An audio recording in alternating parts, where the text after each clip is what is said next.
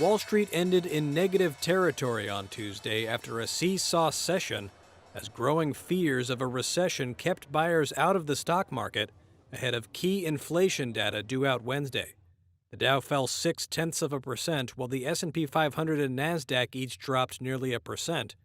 Dan Wontrobsky, Associate Director for Research at Janney Montgomery Scott, said investors' recession concerns were warranted, but said he believes a U.S. recession would be, quote, benign in scope.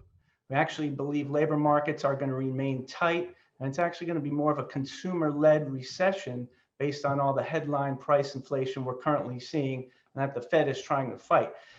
In that sense of a recession, as the stocks are trying to bottom and base here, if we look back at the history and the data, buying stocks during recession turns out, in terms of a long-term perspective, to be one of the best buying opportunities for the next several years.